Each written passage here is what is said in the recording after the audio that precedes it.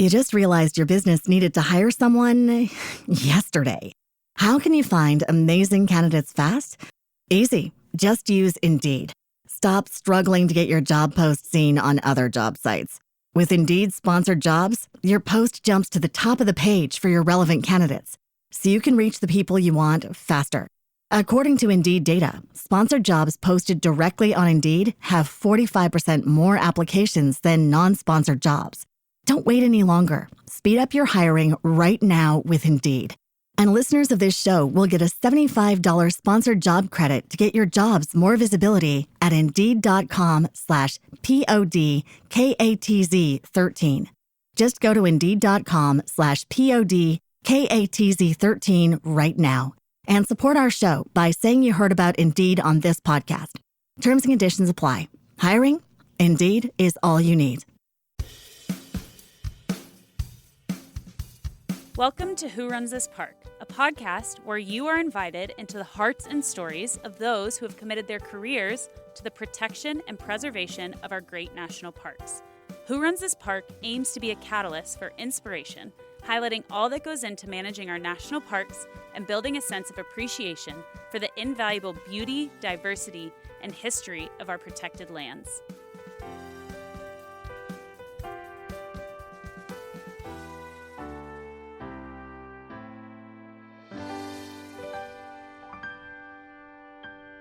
Today we have Deb Yandala with us, the longtime CEO of the Conservancy for Cuyahoga Valley National Park. For over 2 decades, Deb has been at the forefront of connecting people to Cuyahoga Valley, leading one of the most effective national park friends groups in the country. Under her leadership, the Conservancy has grown tremendously, expanding its staff, increasing its budget, and launching transformative projects like the Boston Mill Visitor Center and critical land acquisitions that have strengthened the park's future. Deb's career with Cuyahoga Valley began in 1992, when she was first hired to develop curriculum for the park's Environmental Education Center. She later became its director before stepping into the CEO role when the Conservancy was formed. Beyond her work in Cuyahoga Valley, Deb has been a national leader in the Park Service Partnership community, serving as the past president of the National Park Friends Alliance and chairing the board of Eastern National. Her impact on national parks, nonprofit leadership, and environmental education is immense, and as she prepares to step down from her role later this year, I'm honored to be having this conversation with her to reflect on her journey, her accomplishments, and her vision for the future. Deb, welcome to Who Runs This Park. Thank you so much. It's an honor to be here. Yes, very excited to have you here. Like I mentioned in the intro, you've been working for the Conservancy for Cuyahoga Valley National Park for quite some time. So I can imagine you have a plethora of stories at your disposal.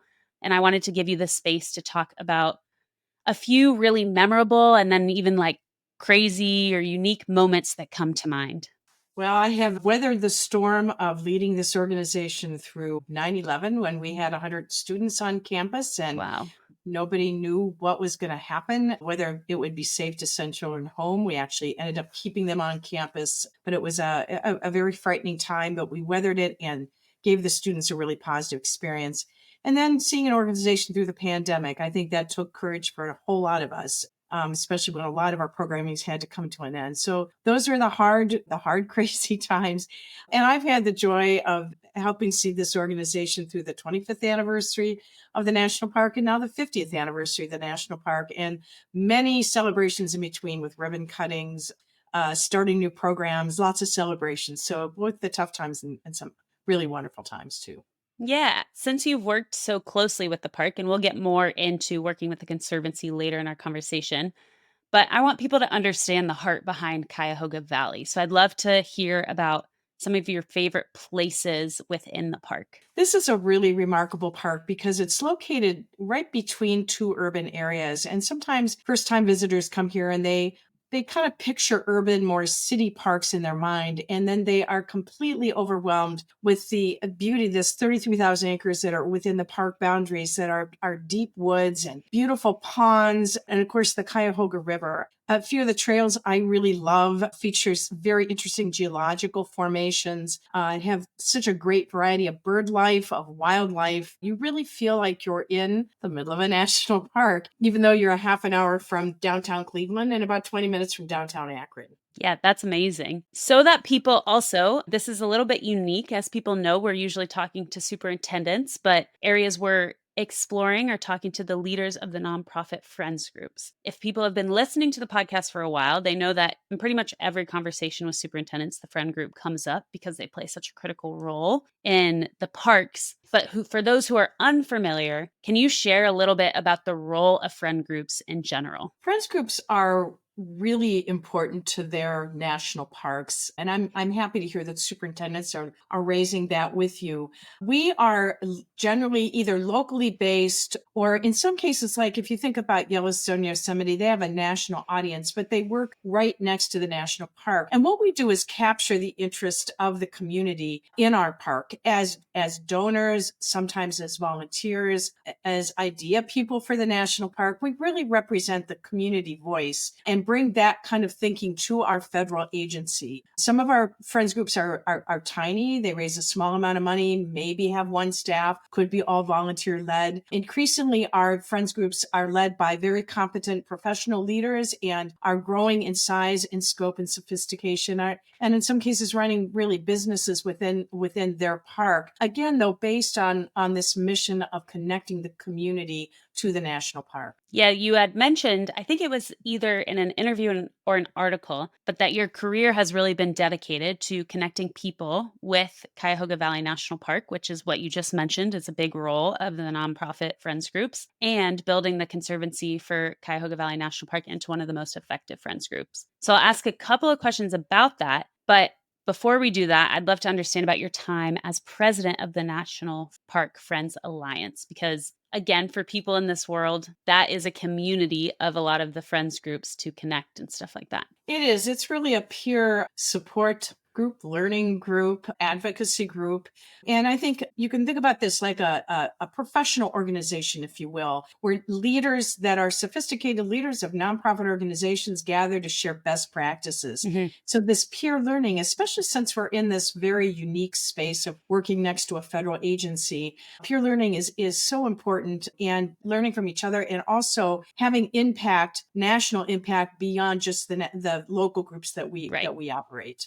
And then can you share about your time, I guess, leading that Yes, peer yes. learning group? Yeah, I was very lucky. I early on in my career was asked to be part of the steering committee of this group and then later elected as president. And it was at a time that we were having quite a bit of growth as a network of friends groups. When I first joined, there were maybe 15, 20 of us in the room together. We'd each share about our biggest campaign and what we were working on, and we could get around the room in about 2 hours. By the time I became president, we were having meetings where more than 100 people were there. We were seeing a lot of growth in friends groups. We also developed a really exciting relationship with the National Park Foundation. We talked about our work as a three-legged stool: National Park Service, National Park Foundation, there to support the entire national park system, and then friends groups designed to promote specific parks. Now we have over 300 people at our meetings. It's been remarkable growth. And I really give credit to the other leaders and to the National Park Service, National Park Foundation, who embraced this movement as a grassroots movement, professionalizing itself and trying to have even more impact because of the way that people are loving and experiencing our national parks. Yeah, I was at the National Park Friends Alliance conference back in October of last year in Yosemite, and a lot of people said, like, this is crazy. Like, we used to not have 300 people in the room. And so it was really awesome to see how that's grown. As I alluded to earlier, another part of your career had been dedicated to building an effective friends group. So before we jump into the specifics of the friends group you served for 20 plus years, I wanted to understand kind of your methodology with that and then how that applied to the Conservancy for Cuyahoga Valley National Park. Our organization was relatively small when I became its CEO. It had a part-time executive director, a decent size membership, but not as large as today. One of the things I believe in is effective nonprofits are really important.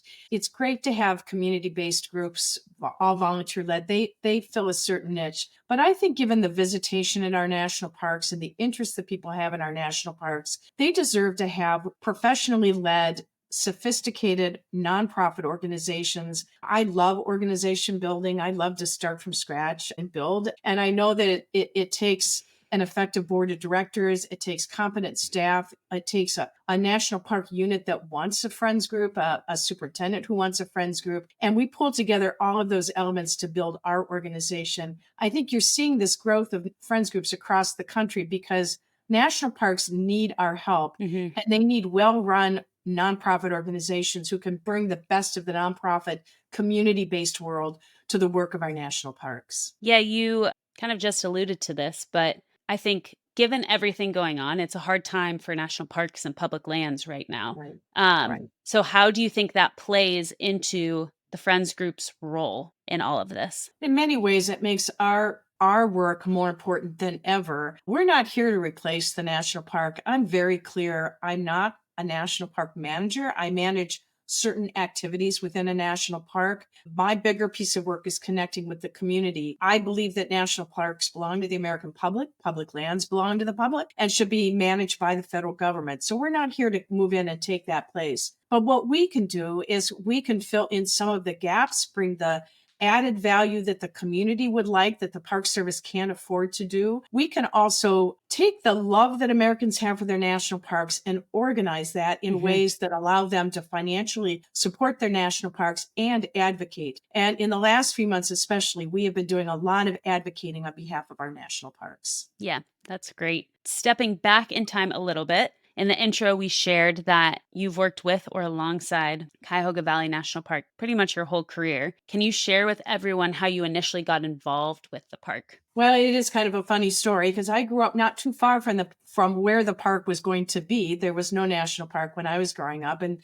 then I lived elsewhere, went to college and graduate school elsewhere, came back to Northeast Ohio as a trailing spouse. My husband had gotten a position up here. And at the time I had 3 young kids. I wasn't necessarily looking for something to do. When somebody that had been in the same graduate program as I was in at the University of Michigan called me and said, we are opening up a residential environmental learning center and I need help. And our advisor from the University of Michigan said, well, Deb lives there in Northeast Ohio. Why don't you call her and see if there's something she could do? I had been a camp director after college. I had run a residential environmental learning center. So this really hit my sweet spot. I'm not sure if you'd said the word friends group to me at the time, I would have had any inkling what that was or whether I would have the skills to do it. But I came in through the education center and not ever thinking this would be a career that would last decades, but it has. I love Northeast Ohio. I love our national park. I think it's one of the most interesting national parks in the system. So I feel just very fortunate that I landed. And I have to say here in Ohio, the fact it was a University of Michigan connection. I get a lot Who would of have laughs thought? about that. Yeah. I know as I was preparing, I saw a lot of, or just funny remarks regarding that of, Yeah. Going to the trader of the school, but Right. people make do. And I'm from Texas and we have our rivalries and stuff like Right. that. So I understand that for sure. Before further getting into the specifics with Cuyahoga Valley, this is something I thought was really interesting because being in this world, obviously learning about the nonprofits and seeing all the ways that they positively support the parks, a lot of nonprofits, a crucial part of that is having a board. And in interviews, you have spoken about getting involved on boards early in your career. And this is a little bit selfish of a question, but as someone, earlier in my career, I'm like, how does one do that? What does that look like? So I'd love to learn about your path with getting involved with boards and then also kind of understand if there's advice you give folks to get involved. Well, it's a great question. Boards are so important to healthy nonprofit organizations. Just a few problems on a board can doom an organization. So I've long been a big advocate of healthy, positive boards that focus on strategy, fundraising, don't get in the weeds, think as high as they can about how to be visionary and move their organizations forward. I was very lucky that I had an early mentor in my first job out of college who invited me to board meetings, helped me understand my nonprofit and how a board worked, and encouraged me to think about other boards. I was first engaged in boards that were of professional organizations, the Environmental Education Council of Ohio, and of course later the Friends Alliance. But that caused me to develop an expertise on how boards operate. I'm also a big believer in mentorship, by the way. I think find a mentor that's active in the community and active on boards. They'll often invite you, help you network and find ways to get engaged. I also find today, for younger folks wanting to be involved, we all want younger people on our boards. We don't want to be boards of just retirees. And so connect with a nonprofit and offer to help and ask if there's a way to be engaged in governance. Many of us have committees of our board, and that's often a good way to start, is get on a committee and then you'll move into board service. We need new ideas and new ways of thinking. And I can't say enough about the value of serving on a board. And especially as I work in a nonprofit, I understand my board better because I volunteer on boards. Yeah, absolutely. I guess getting into the nitty gritty a little bit, because I'm realizing I actually don't understand that much of the dynamics of boards. I guess, how are they set up typically? And what are committees? Well, you can't be a nonprofit organization in any state in Ohio without a board. In Ohio, it takes a minimum of 3 people Okay. on a board to have a nonprofit. So they are the mandatory governance, and they're the ones that own the organization. That's why I, as an executive director, work for a board. It's the board's organization. At the end of the day, as a CEO, I don't, unlike a non-for-profit, well, they have their kind of boards as well, but I answer to the board answers to the community, and I get that. In every decision I make, I want to make sure the board is walking with me. Most boards have smaller committees that focus on specific aspects of the nonprofit. So for example, we have a finance committee, we have an education committee, we have a committee that focuses on and supports us in HR. And these committees, they're not there to really make decisions. They're there to make recommendations to the board of directors, and they're there to bring some specialty advice to our staff. So, for example, our financial people love working with our finance committee, which consists of some CPAs and financial advisors, so that we know that the community is looking at us and making sure that we're doing what's right. We've got over 90 people engaged in the governance of our Wow. organization, and I view those people as just extremely important to who we are as an organization. Yeah, that's amazing. Transitioning into specifically or digging into the Conservancy for Cuyahoga Valley National Park, we've mentioned this a few times, but you've worked as executive director for the past 23 years. What kept you working for the Conservancy this time, and what about it did you love, or do you love? I love being in a job where every day I love to go to work. Yeah, that's a great thing. When you work your passion and you work with great people, it's really not work. And I know you've probably heard other people say that. I feel so lucky to be working in the field that I had training. I feel to look out my window and see the woods it is just really magical. We've attracted very talented staff, a wonderful board. It's about really caring about the work you do, feeling that you're making a difference, and knowing you're making a difference in other people's lives. Yeah. And at the end of the day, we both serve as a nonprofit. We service the park, but we also service the park visitors, and we service the cities and communities around us that may not even know we exist by providing great activities and ways to engage them in the community. I believe that parks make our communities better, make our states better, make our country better. And if I can get up every day and feel like I'm helping other people have a great life, that gives me meaning, and that's caused me to stay. Yeah, that's great. When I interviewed the superintendent, Lisa, we talked a lot about kind of how the perception of the park and the area has changed over time, how it wasn't necessarily met with great joy and the highest regard at the beginning, but how that's really shifted over the years. So I wanted to get a glimpse into your perspective of how you've seen the community really embrace the park. Yeah, our park was one of those founded, I think, probably in an incorrect way, in that early superintendents kind of came in and set boundaries and had a bit of a "we're the government, we know better" attitude towards the local community. And that was really backwards. It's really taken the last few superintendents, all of whom have been really talented people, to develop relationships in the community and think about, how does this park serve the community? Not how the community serves the park. How does the park serve the community? And develop those relationships, develop a sense of trust.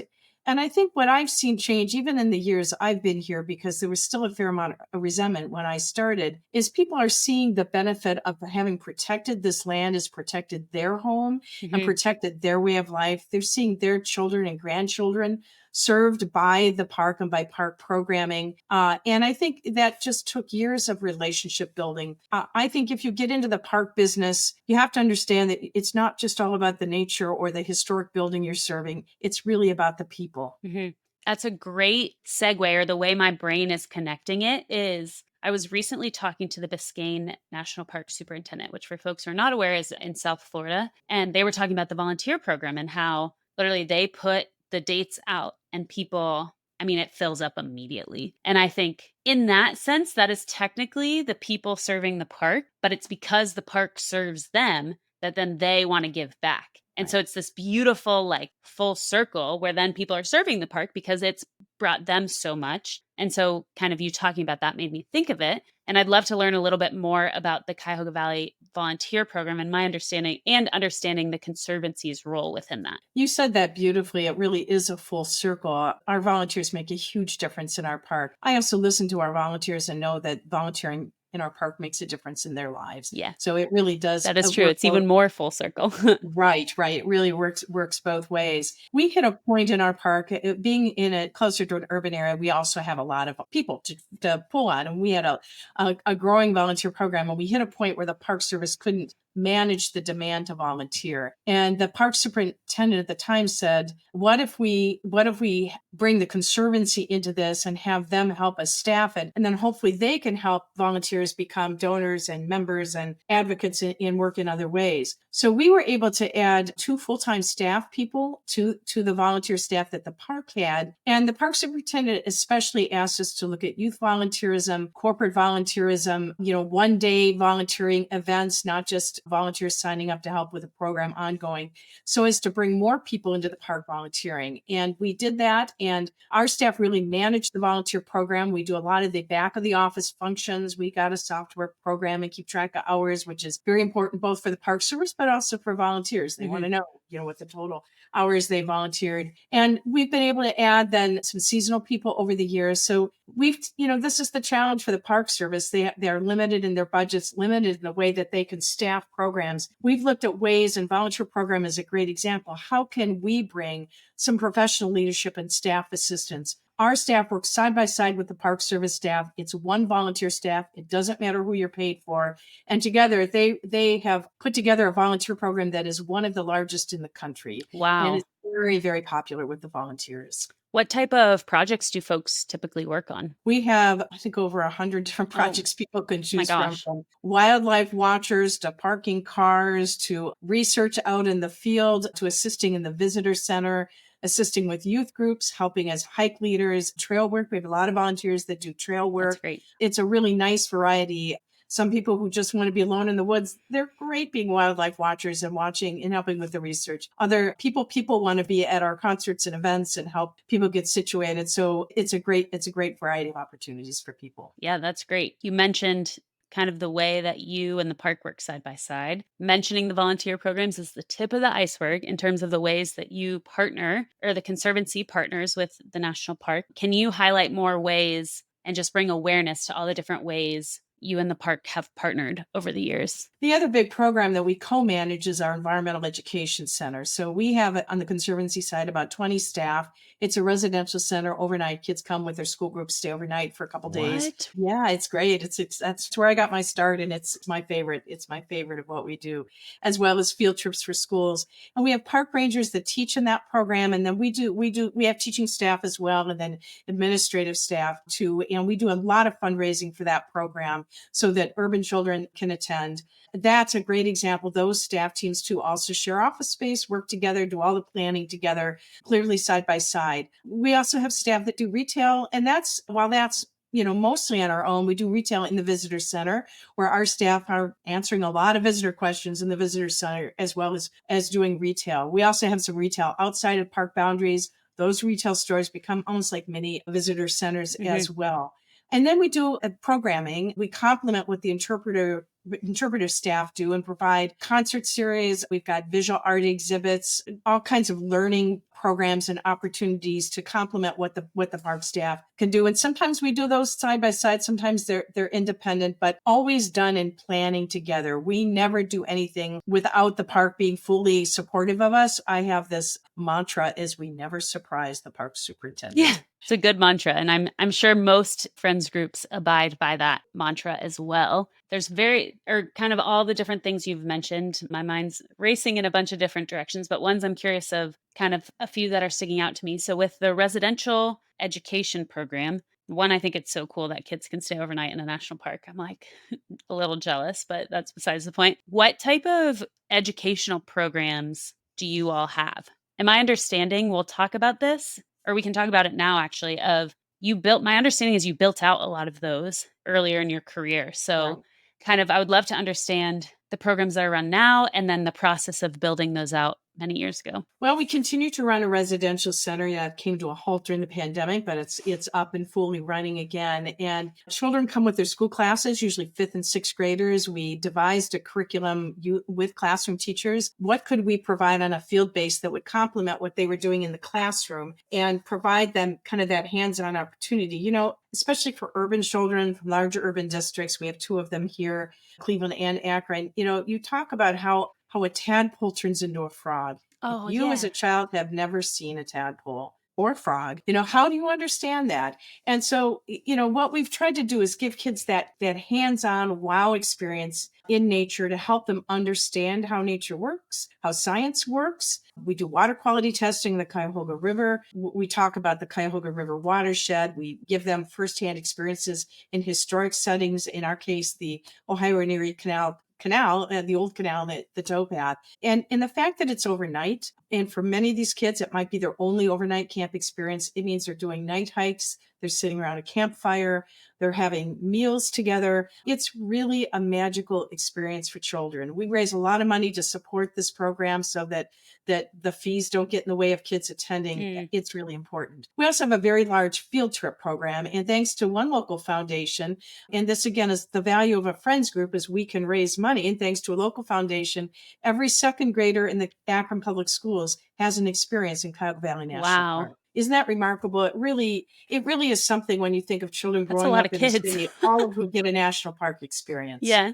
Yeah. I mean, I think the first national park, I grew up in Austin, and there's a map of the country and it shows like how far each place is from a national park, and Austin's one of the farthest. But I was lucky enough, I think in middle school, to go to Yellowstone and Grand Tetons, but that's because my family took me. And you know, there's a lot of people who didn't get that experience. That's right. And that's what I think is some of the value of urban parks. We're located closer to urban centers. And that, for me, is a huge passion of kids who may not, for a variety of reasons, have experiences in national parks. If we can reach them and give them a park experience, help them feel comfortable in nature so that as they grow up, nature becomes a place that is, being outdoors is a place of comfort to them, not a scary place. Yeah, absolutely. With regards for the second graders, what type of field trips, or what does the field trip entail? Now, they come out to the park for several hours. They're also engaged. We provide, as part of this, pre-park visit learning, post-park visit education, so that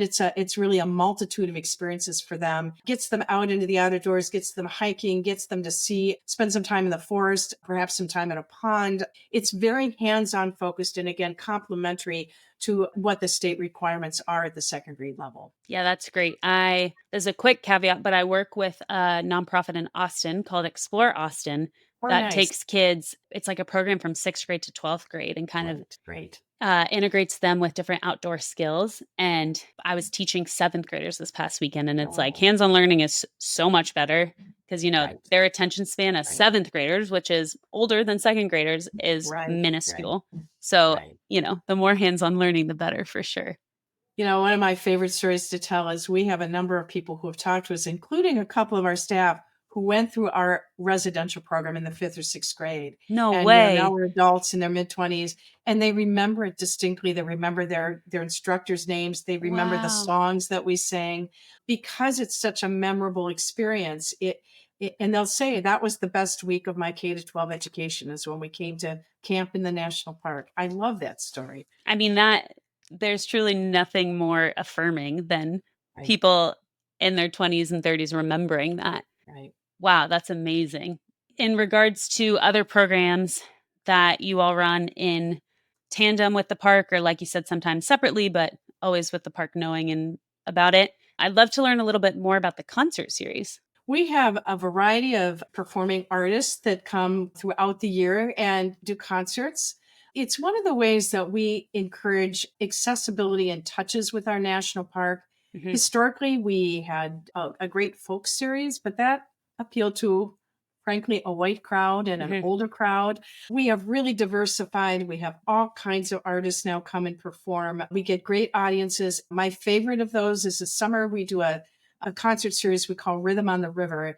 And we feature Black artists, and we get upwards of 2,000 people at those concerts in Wow. a big meadow. It's very popular. And what I love there is a number of people will say, I didn't even know this park existed, but I love that performer, and hearing them in a park setting for them was really magical. And their words are always, we'll be back, we'll be back.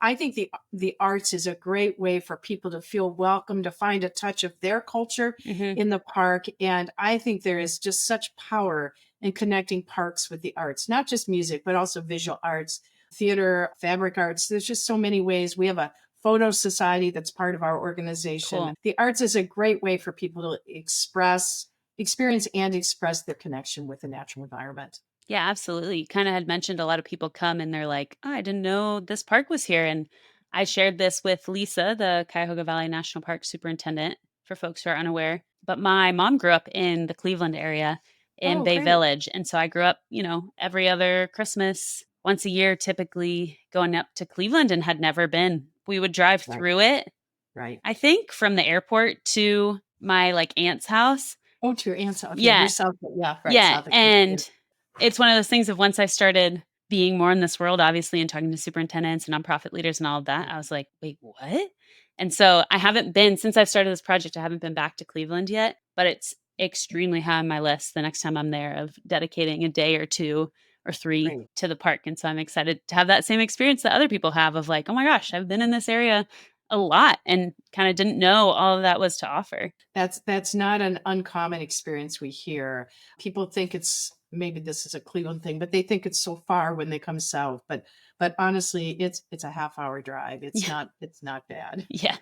And The Western states will laugh at that. yeah, I know. That's what I was going to say. In terms of other national parks, that's extremely close. And I feel like the concert series is one of the many ways that you all benefit from being located to urban areas, because that's a little bit harder to pull off in a super remote national park. We briefly touched on this, but getting a little bit more information on it. So the Conservancy for Cuyahoga Valley National Park was the result of a merger between the Education Center and the former Cuyahoga Valley Association. Can you share a little bit more about that? Yeah, it's an interesting history. We were actually, the Cuyahoga Valley Association predates the national park, was really a group of people that pulled together that wanted to see a park and protect the Cuyahoga Valley. And they actually incubated and launched the Environmental Education Center. The Environmental Ed Center got quite big, was quite busy, lots of staff, and really kind of outgrew the Friends group and separated off. But that didn't work either. And so after a couple of years of separating, the board brought the two organizations back together. I see. And I think that was really magical. I think that the skill sets we had at the Environmental Ed Center to, raise money, do community outreach was beneficial to the Friends group. And at the same time, the Education Center launched, being nestled kind of under the Friends group, means we don't need to have competing development teams or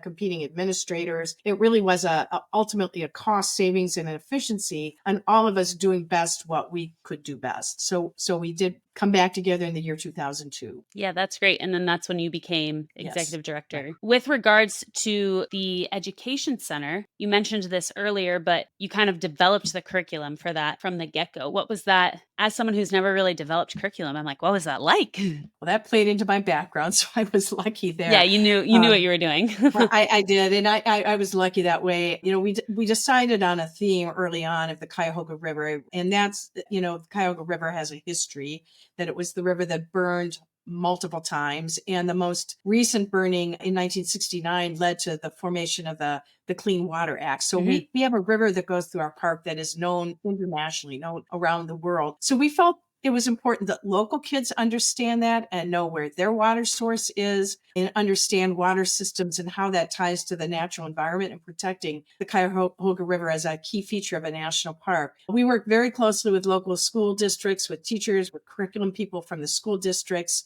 had advisory committees that helped us develop the activities. We were intentionally interdisciplinary. And it really is a wonderful process. It was a luxury. We had about a year and a half to design that curriculum. Oh, wow. Construction was happening. So that really was a luxurious time to test things, to pilot with schools, and it's also to work in the area of teacher education and teacher training so that teachers would feel comfortable bringing their students to the outdoor learning center that CVEC is. So it was a really great process, and we keep updating and changing it. We have a really talented staff over there now that has been updating and changing curriculum to meet the needs of classrooms and teachers and students to help them make the best connection possible with this park. How has the focus, because we talked a little bit about kind of the hands-on learning and stuff, but how do you find the focus of what's taught in that curriculum has changed over the years, if at Well, we all? tried to build in some new things. For example, climate change was not talked about back in the early 90s when we were first writing the curriculum. So tying in climate change and the impacts of climate change onto our park and to all national parks has been one of the changes. We try to keep the curriculum current with what are the current issues happening in and around our park, around, Right. for example, developing at the rim of the valley and how that impacts park resources and how do people make the best decisions. And at the end of the day, we want the curriculum to be relevant to the students. Right. So what are the issues that they're currently facing? Some of it is around safety and security, how to feel safe in the outdoors, how to support parks in their own communities. So it's not just, yay, we get to go to the national park, but what do they want for city parks or community parks? And how can they, as students, have a voice in that? So we try to keep that relevancy and making sure that the curriculum is helping them educationally, socially. And maybe one other thing I'll mention is there is, as we all know, a physical and mental health aspect of parks and park experiences. And I think today more than ever, and especially coming out of the pandemic, mental health is huge. And having children know that the woods is safe, walking with your families in the woods is safe. The healing nature of nature is so well documented that children being in green spaces and being around trees, seeing water, all of that is really important to mental health. So we've really lifted that up quite a bit in the work that we do as well. Yeah, that's amazing. And you were mentioning kind of keeping it relevant. And I imagine creating spaces that aren't so technology based is more and more relevant as time continues to go on. I think that's right. And I like to think about our parks as truly safe spaces, especially for children when there's, adults there to protect them. Kids growing up sometimes in the urban environment, they're not allowed to play outside. It's, there's fear. I live in the city of Cleveland and, I understand that for many families, outdoor is a scary place. Yeah. And I love that our parks can provide places where kids can run and play with natural objects and, look at the river and feel, for the few days that they're in the park that they are indeed safe. For mental health, it's just so important. Yeah, that's wonderful. In the intro, I mentioned kind of high level how you've grown the organization and increased the budget of the Conservancy. But to get into some of the specifics, grown the organization from a staff of 24 to a staff of 100 and a budget of 1.2 million to 8 million, which is amazing. I'd love to hear a little bit more about that process and peeling back the veil of like what it looks like to, from a strategy perspective, grow an organization. Yeah, and I appreciate people giving me credit. It really has been a team. I've had a wonderful board of directors all my years and very talented staff and great superintendents to work with. I've had superintendents who understand that anything they can do within the law, within the policy to help us be successful helps them be successful. And so I really appreciate that I've been fortunate to have those kinds of park managers working with me. I think it's critical for nonprofit organizations to have multiple income sources. So philanthropy is great, is very important. We have to find ways to be creative about driving dollars to our national parks in the work we do. It's also been important for us to have earned income. So for example, when the economy got a little rougher in 2009, 2010, we also had, and people weren't donating as much, we had good earned income sources. During the pandemic, our earned income sources dried up. We didn't have fee-based programs. We had to shut our stores down. Then it was really philanthropy that carried us through. So I think having multiple income streams is really critical for any nonprofit organization, but I think especially important for us working with parks. We've also grown because the community has grown. Our park has more visitation, working in marketing, getting the name of the park out there. National parks don't market themselves. Yeah. They can't by law.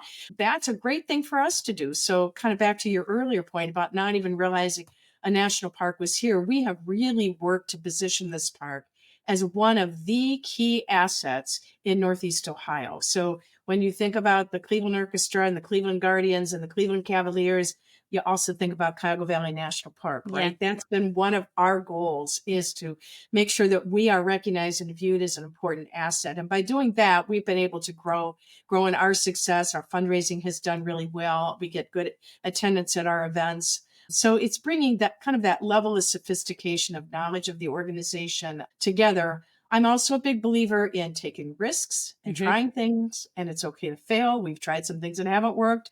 That's okay. Again, luckily, I've had a board who's walked with us on this, and to try to think maybe bigger at everything we do. So my favorite of our most recent projects was we purchased land that the park couldn't get within park boundaries, that went for sale. The park couldn't get to it fast enough.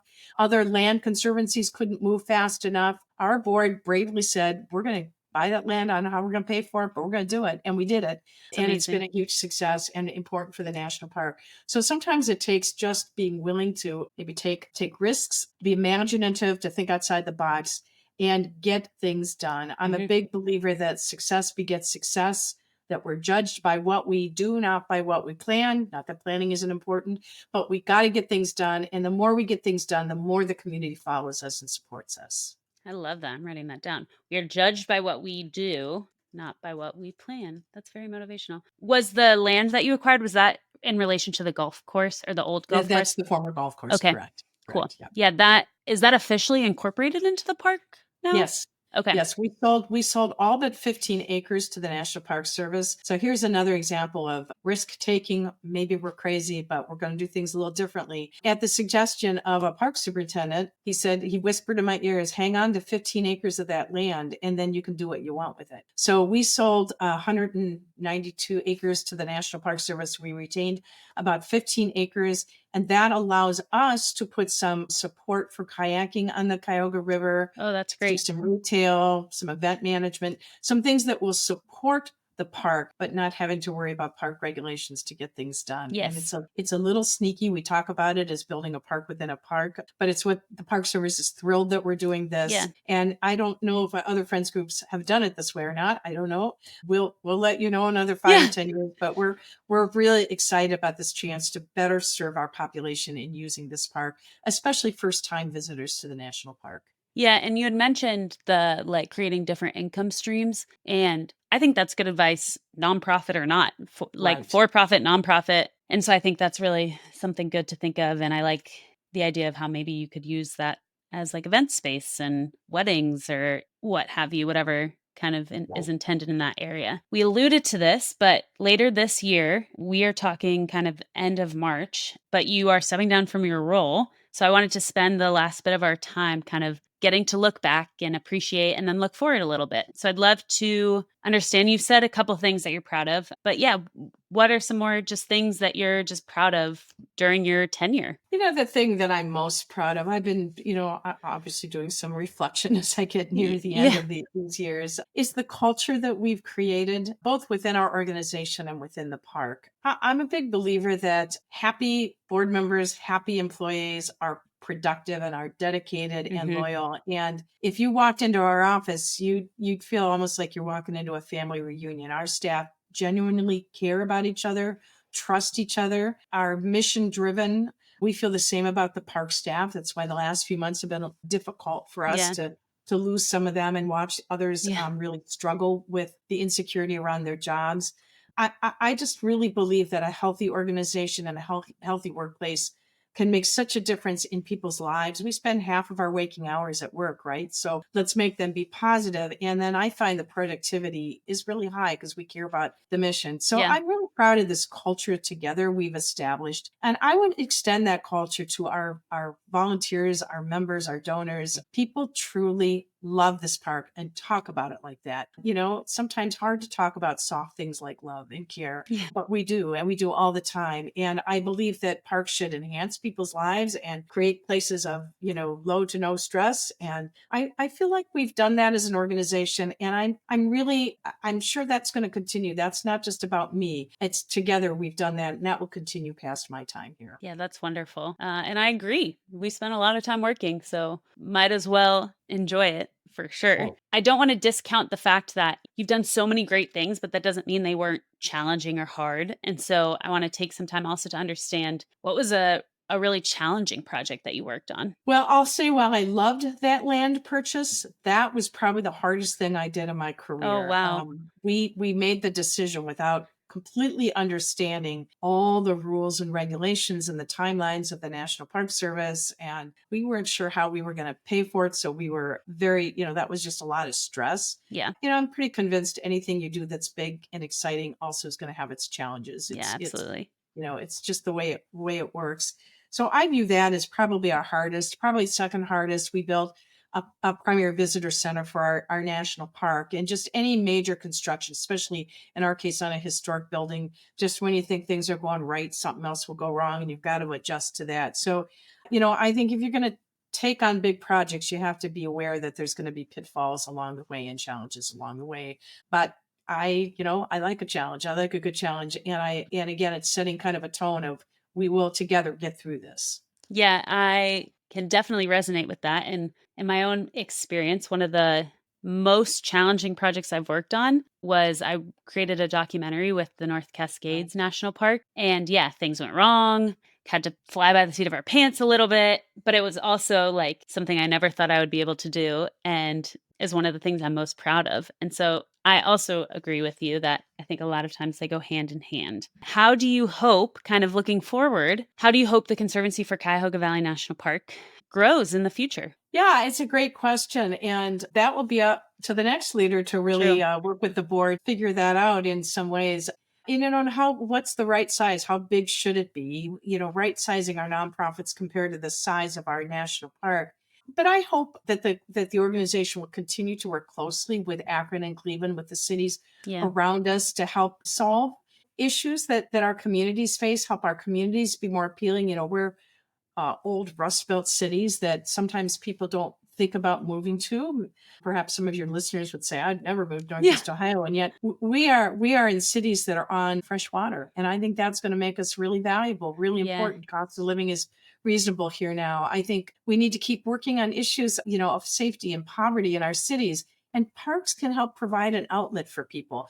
So I hope that the Conservancy continues to work just very closely with the cities around us to make sure that we are having a national park that's truly relevant and serving people, while also protecting resources for all time. Yeah, I mean, you kind of laid out the mission of the Park Service, and so it's kind of just hoping that that continues as the years progress. Something I like to ask both nonprofit leaders and superintendents, because I think you both have such close relationships with the park, is what is something you wish everyone knew about Cuyahoga Valley National Park, regardless of if they have or haven't been? We have over 125 miles of trails, and I wish folks could see that there are trails you can hike that there's not a lot of people on, and you could really have a feeling like you're in the middle of wilderness. Yeah, that's amazing. People don't always associate wilderness with a more urbanized park, but there are places that are very wild in our park.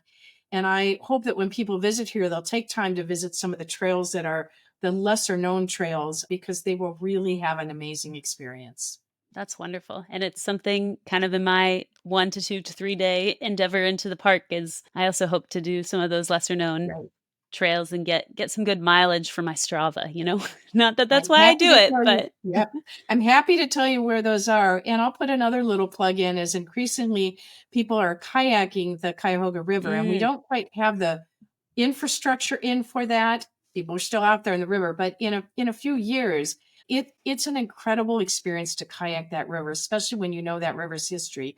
You're down in the valley on this low-lying river. You just feel like you're, again, in the middle of wilderness. It's really spectacular. Yeah, how wonderful. It's I really hope that more people have that experience as well. Yeah, I learned again when I was talking to Lisa, the superintendent, she had mentioned that I think you can take canoes on the train, if I Yeah, you can, recall. right. Your canoe kayak. Most people are kayaking these days. And yeah, you can do that with your bike. You can do that with your kayak. So you can go down river and you don't have to paddle back up Yeah, river. It's that's pretty that's the nice. best part.